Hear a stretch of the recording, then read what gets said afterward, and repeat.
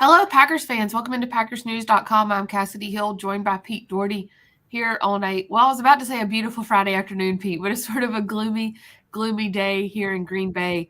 But that is not the sense you would get stepping into Packers practice. Things were lively, things were upbeat. We've seen these guys sort of try to have fun this season in the midst of a losing streak, but it feels like this week they actually are.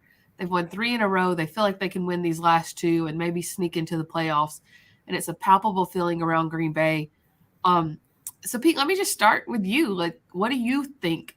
I know that when we were recording our Green 19 podcast last night with Spoon and Ryan and I, we were kind of all over the board about how we thought this game on Sunday would go against the Vikings, who have won 11 games that are one-score games, which I think is now a league record. All of that to say, how do you sort of viewing this Sunday's game with the Packers and Vikings in what is essentially a play-in game for the Packers? Yeah, they got to win the last 2. I mean, I'm sure the mood's better with them because their last week was the game, that got them. This is legit now. They have I know the analytics are saying, I don't know, anywhere from 25 to 37% chance. I think it's 50-50, So, I'm sure they're feeling great. I think I'm picking, I just sent in my pick and I picked the Vikings. I just think, they've got a lot of firepower and I think the Packers are going to have trouble with that. And if they overload to take out Jefferson, there's a lot of other weapons there. Dalvin Cook, Hawkinson, Thielen that can get them. And I think this could be the game. Of course, I thought last week would be it where they'll really miss Rashawn Gary. The way to bother Cousins is pressure up the middle because he's pretty good at moving around the pocket. And Kenny Clark's going to get double teamed all the time. So I'm not convinced they'll get quite enough pass rush. If Christian Watson doesn't play, that'll be a big blow too. Mm-hmm. That's interesting that you say that. I don't think the Vikings are as good as their record. And I know that this is where everyone is kind of split down the middle and no one's really kind of sure which way this game could go. But your points are all very valid. I also think that this pass rush has been better than to be expected without Rashawn Gary. Yeah. Preston Smith has had, 5 sacks in the last 5 games, something like that. And that pass rush has directly led to better pressure on the back end. They have, let's see, I wrote the numbers down right here because I did the story yesterday. In the first 9 games, this Packers secondary had 5 interceptions. In the past 6 games, they have 9 interceptions. That's not even turnovers. That's just interceptions. They had 3 versus the Dolphins in 3 straight drives. And some of that may have been Tua Tagovailoa and the concussion that we now know he was working through in the game. But, we asked 3 different secondary members this week, Adrian Amos, Rasul Douglas, Jair Alexander, what has led to more of these interceptions? And they all credited the pass rush and what they've been able to do and what Preston Smith has been able to do alongside Kingsley and Ibare and even getting,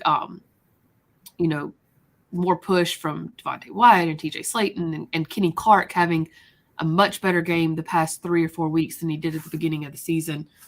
So all that to say, I'm going to bring it back to what you were saying. Do you feel like this is the offensive line where that kind of stops? Have they just been facing inferior lines?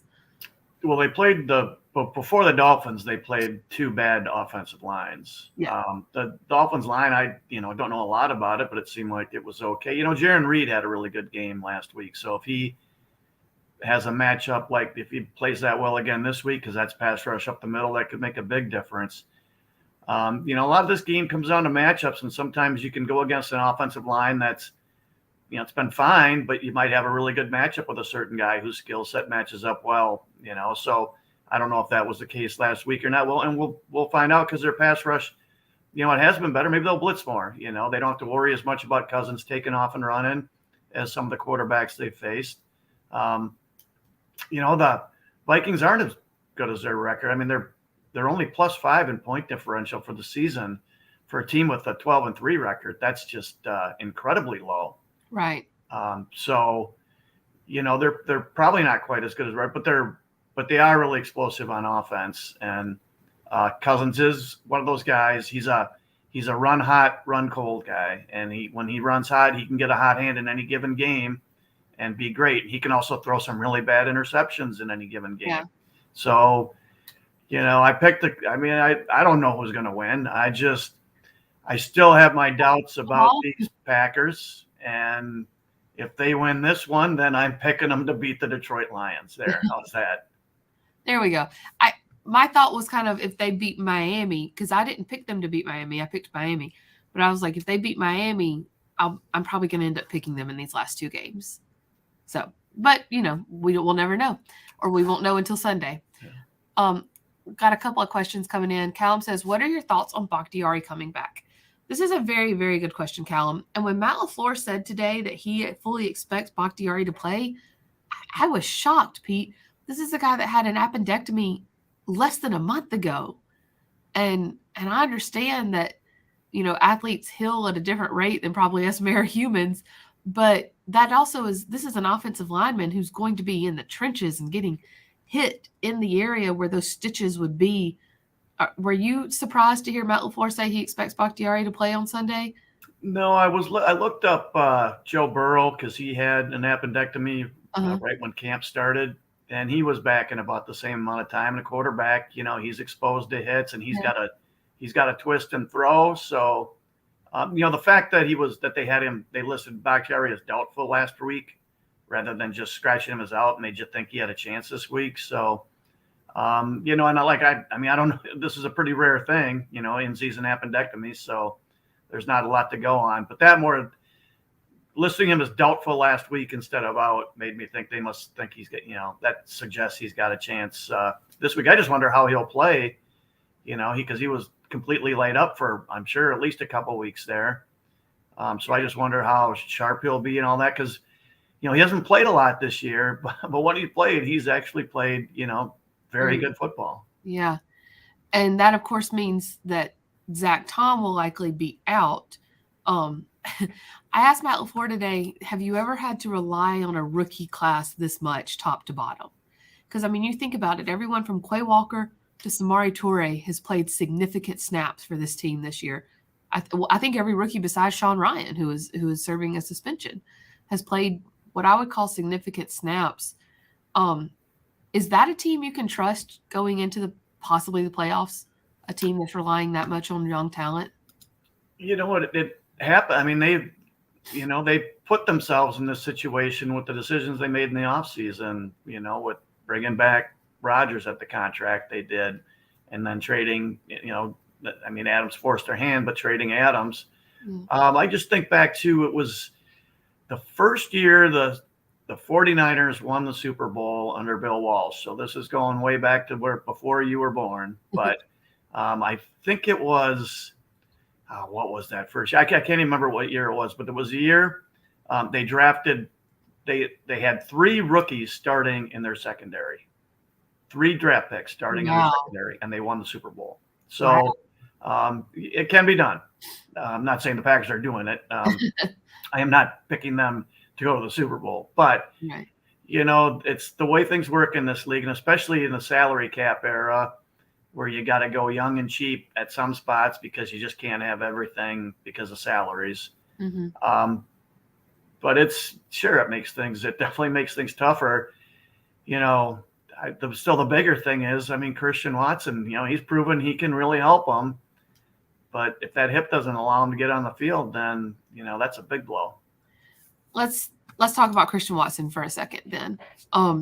He said yesterday that he feels comfortable going out there and playing even if he hasn't practiced all week.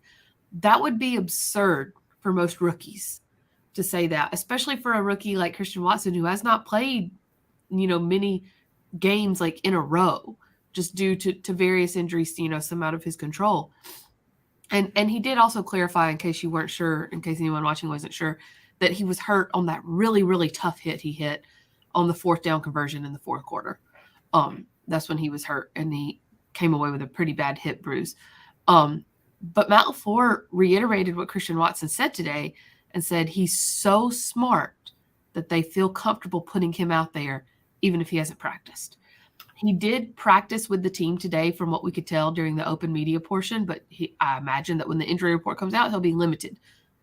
Pete, can you imagine putting a rookie out there in a must-win game when he hasn't really practiced all week? Oh, I think that's why. Yeah, that's why he's out there. Is it's a must-win game, and that I think it speaks more to because you're right. In the previous 3 years with LaFleur, going back to Mike McCarthy, if a rookie didn't practice all week, man, I can't. I mean, it probably might have happened in there somewhere, but they didn't.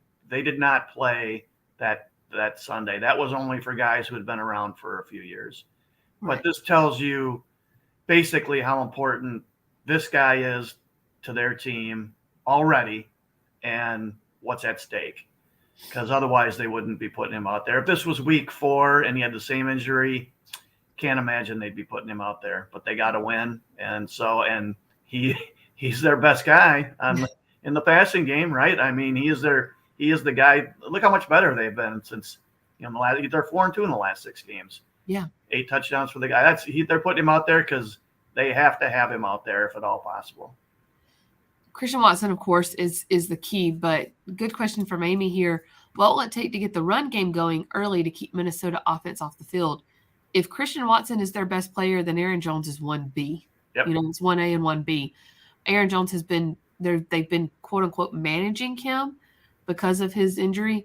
But this is also the time of year when they like to really get AJ Dillon going. For as vital as Christian Watson is getting this run game going, like Amy says, to keep a dynamic, explosive Minnesota offense off the field. Is that the key to this game? I think so. I got to think so. Either that or unless they, get Cousins to throw a couple to him. And Cook has had some fumbling issues earlier in his career, so maybe he'll, if he puts one on the ground, then turnovers could be the difference. But yeah, I think that's huge, keeping them off the field. So that means sticking with the run, but you got to keep grinding out those first downs. So it might take some good third down conversions too on 3rd and 6. But it'll mean sticking with the run will be big. And they're going against now Zadarius Smith. He's going to be excited to play these guys, and he played a really good game in the first game. Yeah, he's spotty against the run. I would run. I could see running at him, but maybe he'll be motivated to play the run because just think when he was with the Packers and the times where he'd crash down the line and give up the edge. I would try to exploit that if I were the Packers, but maybe. He'll, because of the extra motivation, maybe he'll be less susceptible to that. I don't know, but I know teams ran on him when he was with the Packers. He'd blow up one play, but then give up a couple. Is this a game where it's going to take relying on Aaron Jones, or is this a game where you can trust AJ Dillon to take it over? Yeah, I guess it would have helped him if we're about 10 degrees instead of, right. I haven't looked at the forecast, but it's, it's in the low 30s today. It was almost 50 yesterday. Right. So I don't know I think when I looked, I think that looks like it's going to be in the 20s or 30s on Sunday. I think the last time I looked, that was the forecast. So that would have helped if it were colder.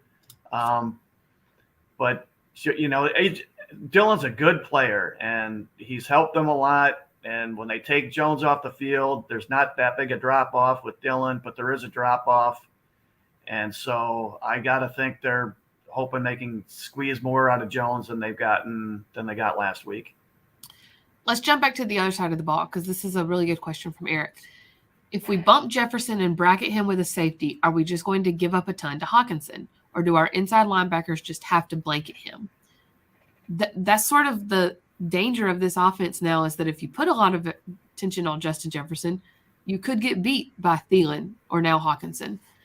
And a lot of the defensive players said this week that the key is to keep the top on. That's what they said versus Miami as well. And it did not go well in the first half, but then they shut them down in the second half. A lot of that by switching Rudy Ford back out for Darnell Savage. So all of that to say, Pete, how much attention, if you're Joe Barry, do you devote to Justin Jefferson? Do you try to play the zone that you played in the game in week 1 that bit you? Do you try to play that again to better results?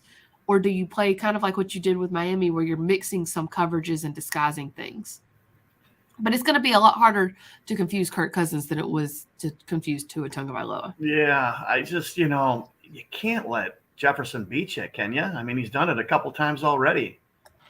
in the last couple of years. So I got to think they're going to have a plan for him. But, Eric, I mean, he's right on the money. Then you got Hawkinson to deal with. And Thielen's a good receiver. And when they talk about keeping the top up, that means you're stopping the run without a safety in the box.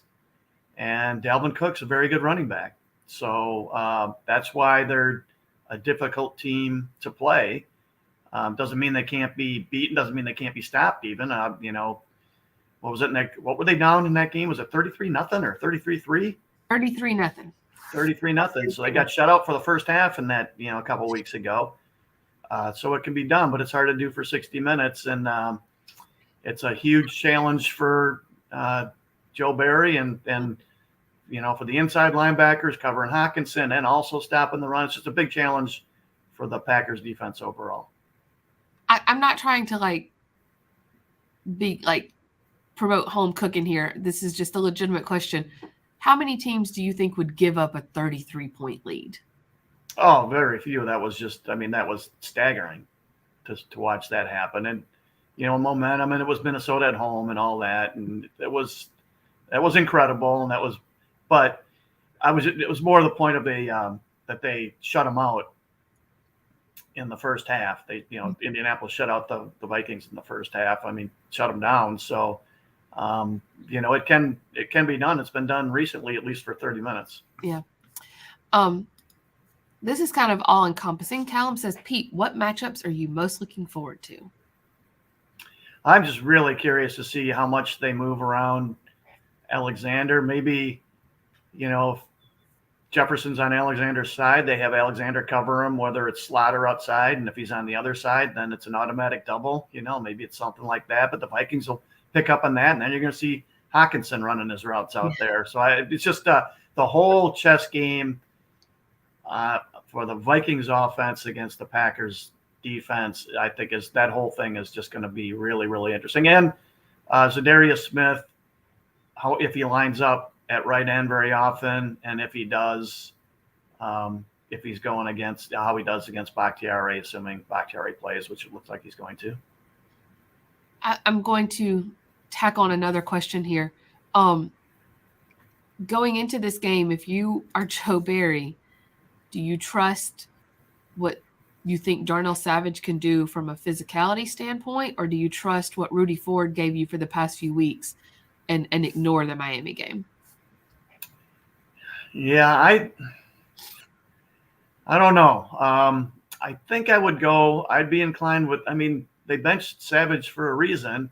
Now, unless he's been playing better in practice and not blowing coverages in practice, I'd probably be inclined to go with Ford. But Savage is the more physically talented player, the faster guy who can run, outrun some of his mistakes. So.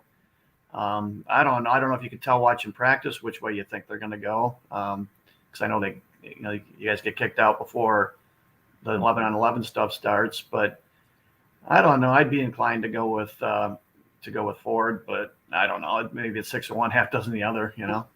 And maybe play a lot more dime and try to get them both on the field, maybe within his games. Yeah, get Savage as because that's what Savage had become. Basically, he was just the dime guy. Yeah. But then again, there you go. Then you're light for Dalvin Cook. So, you generally prefer to play dime only on 3rd and 7 or more. Last question. John asked, will the new receiver Bo that we just signed be playing on Sunday? I don't know a lot about him, Pete, which kind of answers that question for me. Do you feel like you know enough about him to, and if you're the Packers, would you trust putting someone brand new out there? And this is, I guess, assuming Christian Watson wouldn't be out there. Yeah, I don't know anything about him other than he's fast.